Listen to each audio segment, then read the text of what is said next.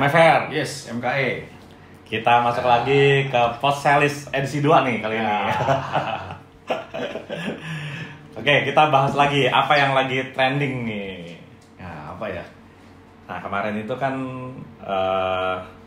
sampai 20 juta view lebih kayak sekarang. Apa nih? Apa tuh?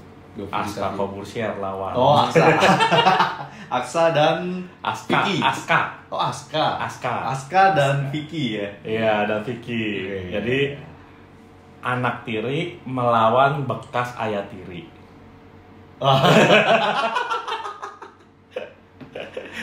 Disponsori oleh ayah kandung.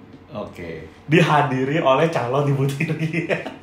Calon ibu tiri dan ibu kandung juga. Ibu kandung nggak datang kayaknya. Oh, nggak datang. Nggak datang kayaknya. Oh, nggak datang. Ya, tapi lucu lah. Ya, sebenarnya itu apa? Tapi settingnya profesional. Memang profesional ya. Yang profesional. Keren. Ya, tapi ya nggak tahu juga. Makanya jadi hari ini kita mendatangkan tamu nih. Enggak, maksud gue belum sampai sebelum teknis nih. Maksud gue setting waktu mereka mengadakan event itu benar-benar ini kan. Oh iya profesional. Ya. Mereka apa di ring Di beneran, ring, terus ya. ada ininya, ada wasit ya beneran. Ada press con segala di depan ya. Iya, pokoknya sih itu sih baru profesional banget lah. Iya, mantep. Gitu ya. Tapi ya tetap ya pasti ada faktor gimmick-nya juga kan, itu juga udah diakui sama Deddy Kobusier kan. Ya, Ada itu entertainment juga. pasti lah. Entertainment pasti ya. ya. Tapi ya setidaknya ini membangkitkan minat orang Indonesia untuk kembali kepada tinju ya. Karena pada masanya dulu kan terkenal dengan Elias Pikal ya kalau kita ingat. Iya. Ya. Cuma terus ada lagi kan yang mau tinju lagi. Oh iya, yang salam dari Binjai. Sebelumnya lagi. Oh, sebelum salam dari Binjai. Oh, siapa itu? Dikita Mirzani. Lah, Dewi Persik. Itu bentar lah. Kita bahas yang Aska dulu ya. Aksa dulu ya. Aska dulu ya. Yang tandingnya ini penting nih. Iya. Ya, penting. Nah, jadi oleh karena itu hari ini kita mendatangkan tamu nih. Ya, namanya Bro Benjamin. Halo, Bro. Welcome, Bro. Nah, Eselista biar tahu dulu ya, Bro Benjamin ini adalah pelatih martial art ya, bela diri gitu ya. Walaupun kan kita tahu bela diri ini banyak alirannya juga gitu ya. Tentu boxing salah satu dari bela diri juga. Nah, cuman di kali ini kita mungkin lebih luas ya, nggak cuma bahas soal boxing doang gitu ya. Tapi kita pengen tahu juga terkait dengan umum boxing, lah, ya, martial art ya. Gitu. Ya, Bro Ben. Oke. Ya, thank you nih udah mau hadir di podcast ini. Sama.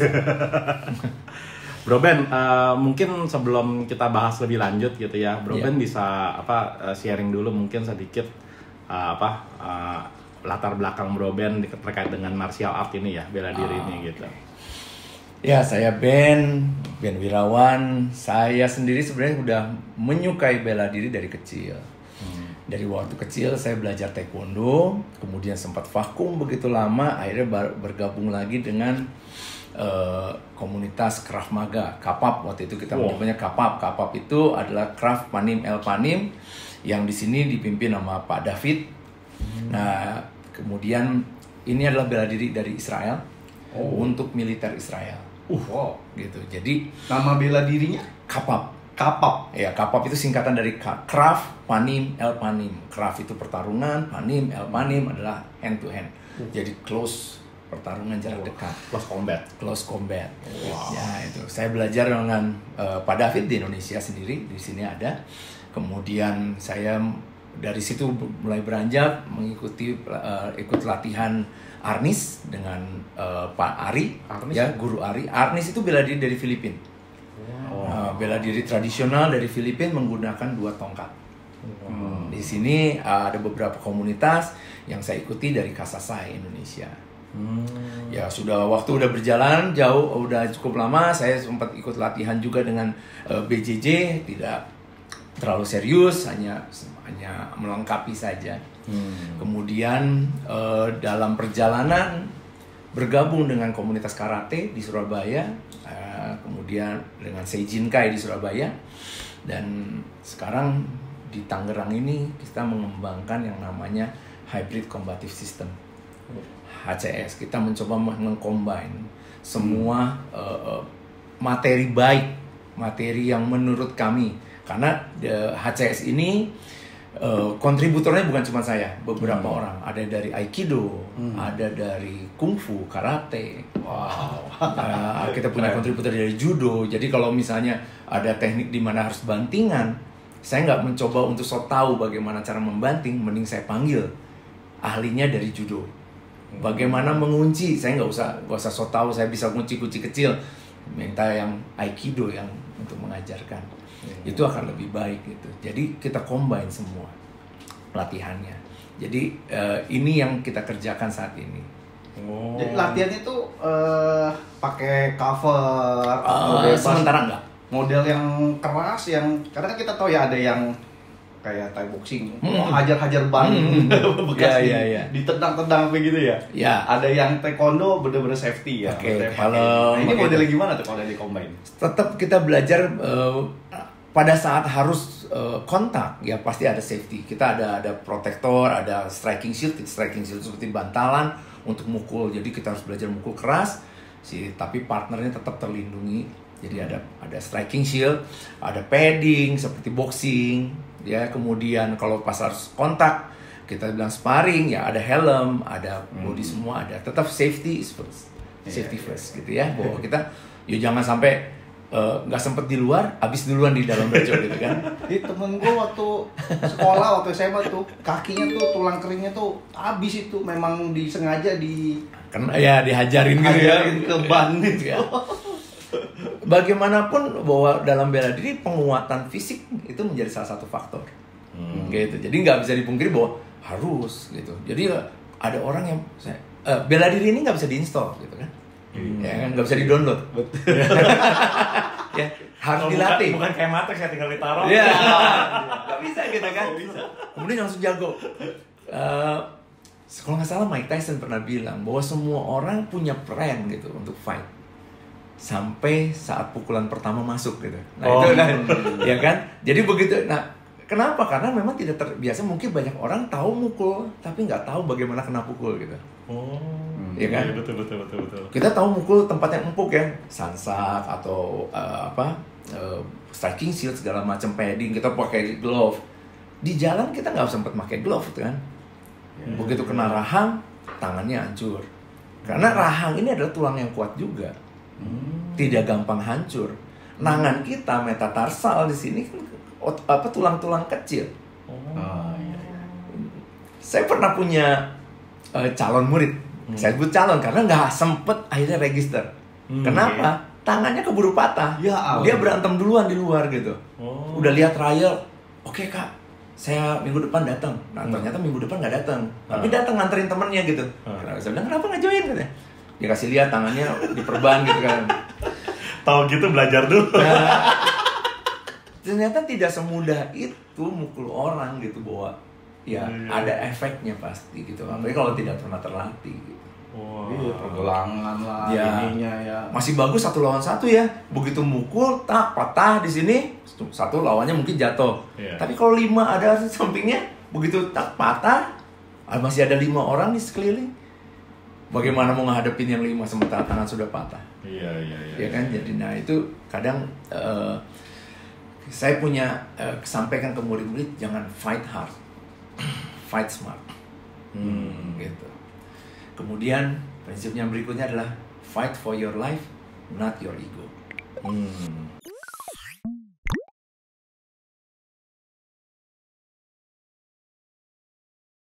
Waduh, ini baru sekilas aja ya. Ini luas sekali ya bela diri ini ya. Pertama sumbernya udah macam-macam tuh.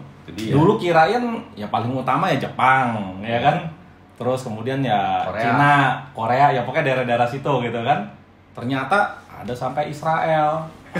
Tapi ya memang lokal kita juga ya, pencak silat gitu ya. Itu juga ada gitu ya. Belum lagi pertarungannya ada yang di ring, ada yang di jalanan lagi.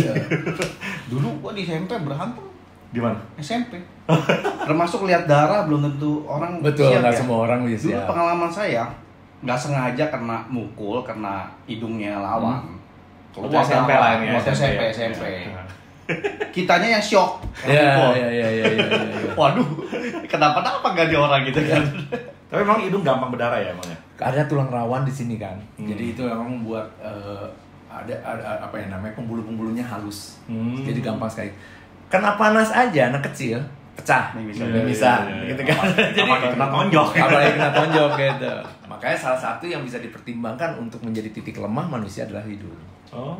Gitu. Jadi di dalam bela diri juga harus yang banyak faktor yang bisa menentukan. Tetapi pemahaman, makanya tadi saya bilang fight smart, kita memahami anatomi tubuh dan kita bagaimana memanipulasinya. Mengetahui titik lemahnya dan memanipulasi beberapa sendi yang bisa dimanipulasi. Contoh misalnya gini, bagaimana membanting orang yang lebih besar, misalnya mungkin lebih berat. Sebenarnya ya break dia punya postur gitu kan. Nah, karena begitu postur berubah, dia balance-nya hilang, itu akan lebih mudah untuk menjatuhkan dia. Tetapi kan tidak semudah, itu teori, gampang. Iya, makanya perlu latihan. Gitu. Dalam bela diri, training and understanding itu penting. Training, understanding. Kalau orang cuma understanding, akhirnya jadi keyboard warrior.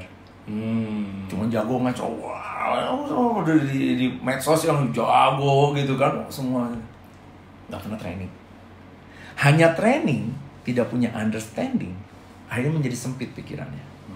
Kenapa? Ngerasa bahwa, kalau misalnya saya berlatih karate, karate the best, pokoknya nggak ada yang lain deh. Bela diri ini terlalu lemas, nggak praktikal. Pemikiran kita menjadi sempit karena training itu. Tapi belajar coba untuk understanding. Pelatihan ini misalnya, saya sering banget berdapat gini, karate kayaknya nggak praktikalnya di jalan. Iya, karena kamu cuma baru sampai sabuk apa gitu loh. Gitu loh. Karena karate itu dirancang sangat panjang kurikulumnya supaya orang bisa mengerti dulu gerakan dasar sampai nanti pemahaman penggunaannya, aplikasinya itu nanti biasanya di ban hitam ke atas. Itu yang membuat baru nyampe ban hitam, bilang nggak praktikal nih, gitu kan. Tapi ada nggak sih misalnya, berarti kan setiap ilmu silat itu ada ini ya, ilmu bela diri silat gitu. Ilmu bela diri itu berarti memang pasti ada kelebihan dan kekurangan kan? Pasti. Tapi ada nggak yang misalnya memang ilmu bela diri yang paling hebat dibandingin semua? Enggak ya?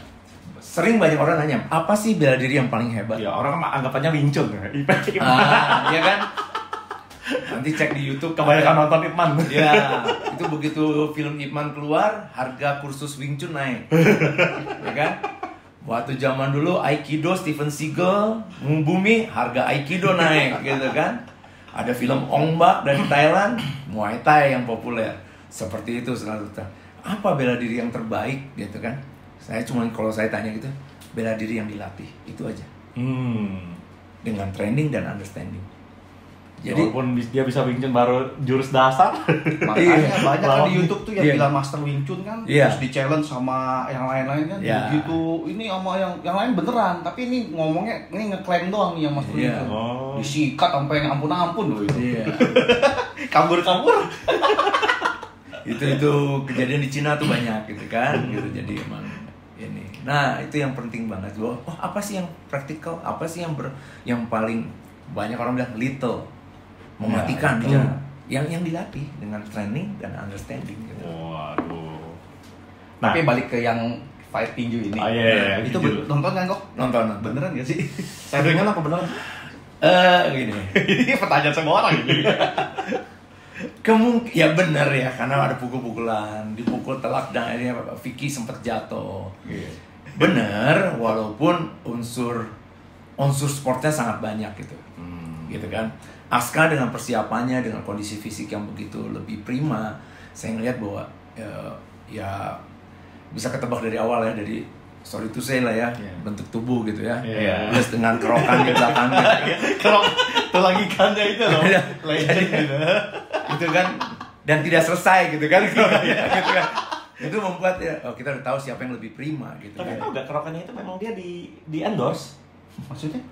Jadi sebelum pertandingan itu lo pasti di speed langsung aja kan? Sebelumnya itu dia ada di kerok. Oke. Gitu. Balsemnya. Nah, gue juga nggak nonton persis ya. Tapi itu settingan kali ya. Kelihatannya memang lebih banyak unsur bisnisnya di situ.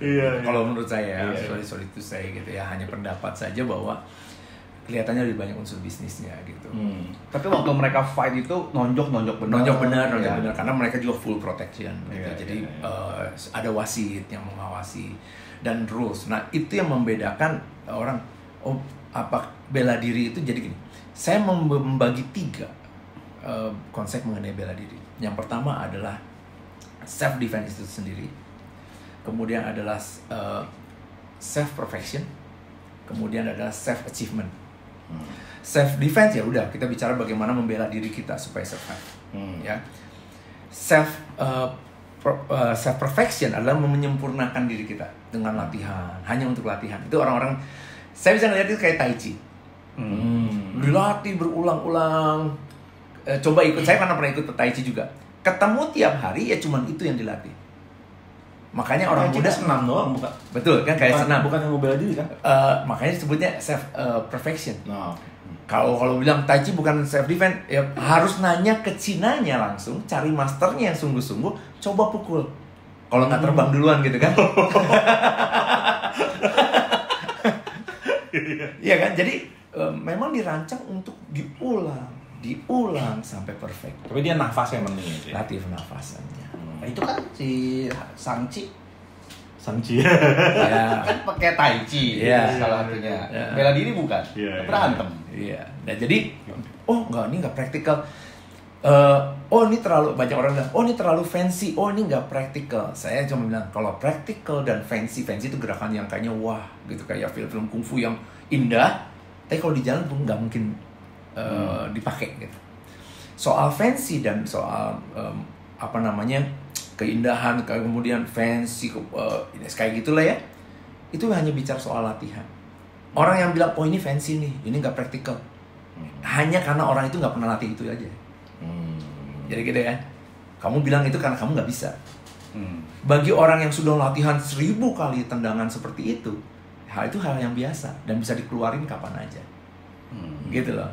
Nah, jadi tadi kembali lagi self defense, self perfection itu menyempurnakan. Contoh kayak karate. Pernah nonton pertandingan kata? Karate kan ada pertandingannya kata, jurus gitu ya. Indah banget, perfect banget. Wah, gitu. Ya orang itu hanya dilatih untuk itu. Apakah itu bisa dipakai untuk self defense? Belum tentu. Gitu loh. Tapi dia menyempurnakan setiap gerakannya, bagian tubuhnya. Itu untuk itu. Kemudian ada self achievement, itu sports, gitu. Latih untuk pertandingan, untuk mendapatkan ya apa? Nah, di mana 2 hal ini ada rules, ada rules. Self defense tidak ada rules. Di jalan mana ada rules?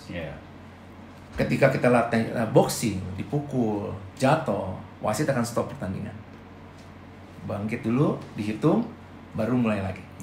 Di jalan, begitu jatuh, nggak ada. Sikat terus. Iya kan? Itu yang membuat bagaimana kita mengkondisikan latihan kita juga untuk hal-hal seperti itu.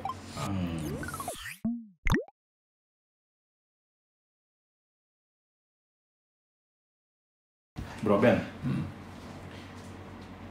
ada anggapannya dari kebanyakan orang ya. Kalau kita berlatih bela diri itu nanti kita jadi agresif gitu loh, jadi suka mukul gitu atau gimana. Bener gak sih anggapan itu? Kembali kalau saya bilang bicara karakter dan pembinaan.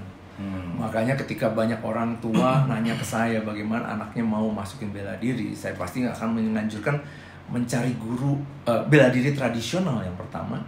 Kedua adalah mencari guru yang bisa dilihat karakternya pun baik. Artinya gini, sopan santunnya guru ini ada, kemudian tata bahasanya juga baik, bisa ngajar lah ya. Walaupun kita nggak bisa menilai orang hanya dari luar, tetapi at least kita bisa menilai nantinya orang ketemu. Kenapa bela diri tradisional? Karena bela diri tradisional seperti karate, taekwondo, kemudian wushu segala macam masih memikirkan respect kepada senior. Di karate manggil orang yang lebih tinggi senpai, gurunya sensei, ada upacara pada saat pembukaan dengan memberikan sujud, memberikan penghormatan kepada guru, kepada yang lain. Itu akan lebih baik. Karena kalau yang bukan tradisional apa? Kita kurang paham juga. Nah, kalau yang tradisional seperti kayak Krav Maga segala macam, begitu mulai latihan langsung latihan aja. Ya, apa salah? Enggak juga, karena mungkin maksudnya Krav Maga itu modern? Ya, modern. Modern itu memang jadi gini, tidak punya root seperti, kalau menurut saya gini. Jadi, memang pengembangan dari tradisional yang kemudian dihimpun jadi satu. Krav Maga, sistema dari Rusia, kemudian ada Jet Kundo, mungkin kita pernah dengar. Bruce Lee punya. Nah, Bruce Lee kan punya prinsip gini, ambil yang baik, buang yang nggak kepake, tambahkan yang original punya kamu itu. Jet Kundo. Jadi, nah Bruce Lee mix semuanya. Wing Chun, salsa, dancing, salsa, kemudian fencing, gitu. Dia ambil semua yang bagusnya, jadilah yang disebut Jet Kundo. Gitu. Nah itu yang prinsipnya dia. Sementara dia nunchakunya, permainan nunchaku dia belajar dari Danilo Santo yang waktu itu adalah ahli master Kali atau Arnis dari Filipina. Jadi dia mix semua. Nah itu yang modern, kalau saya bilang itu modern. Nah biasanya di sekolah-sekolah modern atau di kurs pelatihan bela diri modern jarang sekali mengajarkan ada prosesi awal, gitu. Pemanasan langsung main. Nah itu membuat MMA, ya kan? MMA latihannya udah datang kayak ke gym biasa, pemanasan langsung, gitu. Nah, kenapa anak-anak? Karena anak ini perlu diajar dalam sistem seperti sekolah gitu, menghormati guru, menghormati senior segala macam, penting membuat punya respect pada orang lain itu. Kalau kita punya respect sama orang lain, sebenarnya at least pasti kita juga jarang membutuhkan bela dirinya karena jarang menciptakan musuh, gitu kan. Jadi orang yang baik ya jarang lah akan menyakiti kecuali psikopat gitu kan. Ketemunya psikopat atau berarti bukan karena bela dirinya itu membuat orang menjadi agresif, bukan. Ya, tapi memang sebenarnya karakternya. Jadi gitu. Itu tapi bisa nggak dikatakan bahwa bela diri itu jadi mengamplify? Saya sih kurang begitu setuju. Oh malah enggak ya? Kalau saya melihat mungkin kedewasaan orang yang akan pada awalnya, ketika orang baru setengah jalan, biasanya dia ngerasa pengen ngetes saya udah sampai mana. Itu membuat dia lebih kayak berani mencoba, kemudian agresif dan sebagainya. Tetapi setelah berujung dewasa biasanya orang akan lebih diam. Saya ngelihat dari master-master di Jepang, nggak terkenal, tapi ya kalau kerjanya mukulin beton gitu kan, ya kita mikir dia nggak akan mungkin berantem gitu ya. Cuma kita ngebayangin ya sekali ditampar sama dia kayak pecah langsung kepala gitu kan. Karena kerjaan dia itu batu kali, pakai ini gitu kan. Itu tiap hari buat dia udah hari biasa. Dan dia kerjanya ya udah bertani, jadi koki atau apa. Bahkan dia berbeda. Jadi kan sebenarnya pertanyaan berangkat dari sana ya. Perlu gak sih semua orang itu ya belajar bela diri gitu loh? Ya terlepas ya, Bro Ben kan pasti sebagai pelatih bela diri. Cuman kan kita pengen tahu perspektif gitu kan. Jadi gini, perlu atau tidak, semua orang perlu. Bagaimanapun semua orang perlu. Nah, cuman saya nggak tertarik nih, saya nggak perlu tertarik gitu. Tapi latih badan kita, karena ujung-ujungnya adalah performa badan kita. Bagaimana kita mengaplikasi? Karena gini, bela diri itu nggak bicara soal pukul-pukulan sama orang. Gitu. Kita dalam keadaan situasi genting sebenarnya hanya tiga reaksi manusia. Fight, flight, freeze. Nyebrang jalan, tiba-tiba ada mobil kencang. Orang yang tidak terlatih freeze, stunning, dia diam di jalan, ketabrak. Orang yang terlatih dia akan langsung lari, ya kan? Gitu. Kalau yang fight, orang yang apa? Loncat, tendang mobilnya. Ya. Itu bicara tapi saya setuju itu memang sepertinya kita nggak tahu ya, setiap orang pernah nggak benar-benar kena dalam kondisi yang seperti itu. Iya. Ketika lagi genting-gentingnya, kalau saya pernah tuh ya. Zaman kita mah udah pastilah 1-2 kali di jalan. Nah, kalau gue seumur hidup gue tuh benar-benar sekali gentingnya itu tuh adalah ketika ngelihat istri itu pas malam-malam lagi melahirkan itu tiba-tiba pendarahan. Itu benar-benar freeze. Iya. Gitu, itu kan maksudnya pada saat genting ya, freeze sepertinya nggak bisa ngapa-ngapain gitu, otaknya nggak bisa bekerja gitu loh. Ya jadi kan dalam hal seperti itu ya, maksudnya ini kan kalau misalnya di jalanan atau apa gitu ya. Betul. Waktu saya kuliah, kalau sudah lama nggak latihan bela diri, saya pernah dipalak lah ya. Ya itu begitu tempel tangan pak langsung lu yang mukulin adik gue ya kemarin. Stunning, langsung freeze. Nggak bisa bergerak, otak nggak bisa mikir apa-apa. Cuma jawab ala kadarnya. Dipukul lah, akhirnya dompet diambil segala macam. Dari situ saya belajar bahwa saya nggak, karena saya tidak melatih badan saya panik. Kenapa freeze? Orang panik. Ya kan? Nah, kenapa orang panik? Karena emang nggak siap, gitu kan? Tidak tahu dan tidak tahu bagaimana melakukannya. Itu yang menjadi masalah. Bagaimana mengatasinya? Latihan, nggak ada lain. Latihan, itu aja. Gitu. Nah, apa yang perlu dilatih? Sebenarnya apa aja? Mau lari, kerjaannya lari gitu ya. Itu udah bela diri. Pernah ingat film Raven nggak dulu? Di zaman dulu film seri itu. Entah saya lupa RCTI atau waktu TVRI. Raven. Cuma nggak begitu populer. Dulu zaman dulu ada tahunnya Renegade. Ya kan? Nah, di Raven itu orang ahli karate. Dia cuma bilang, bela diri itu 70% lari. 70% lari. 20-nya 10% tuh skill bela diri. 10%. 20%-nya apa? Pertimbangan. Kapan mau lari, kapan mau fight. Iya. Iya kan? Tapi sebenarnya lari itu kita bicara juga stamina. Iya. Ya, misalnya contoh. Udah kita jalan, ada orang yang mau konfrontasi sama kita. Kita udah mau menghindar, kita mau lari. Atau kita dipalak deh. Kemudian kita bisa melorot sendiri lari. Pertanyaannya, lari siapa yang lebih kencang? Nah, dia atau kita gitu kan? Kalau kan tangkap bisa lebih parah. Nah, itu kan. Itu yang jadi masalah. Nah, makanya lari itu penting gitu kan. Makanya orang, saya tiap hari lari, itu udah bagus. Itu start awal untuk bela diri. Lari aja nggak apa-apa. Sepedahan, at least jantungnya lebih sehat gitu kan. Jadi nggak penting olahraga. Nah, jadi orang tanya, penting nggak orang belajar bela diri? Penting. Mulailah dari apa yang bisa dulu. Nah, kemudian nanti tinggal tambah knowledge-nya apa. Bro Ben, saya jadi keingetan nih. Ini kan juga yang lagi hot ya. Kemarin kan Pak Ade Armando digebukin tuh. Kroya kan. Ya dari kita sangat prihatin ya akan kondisi seperti ini.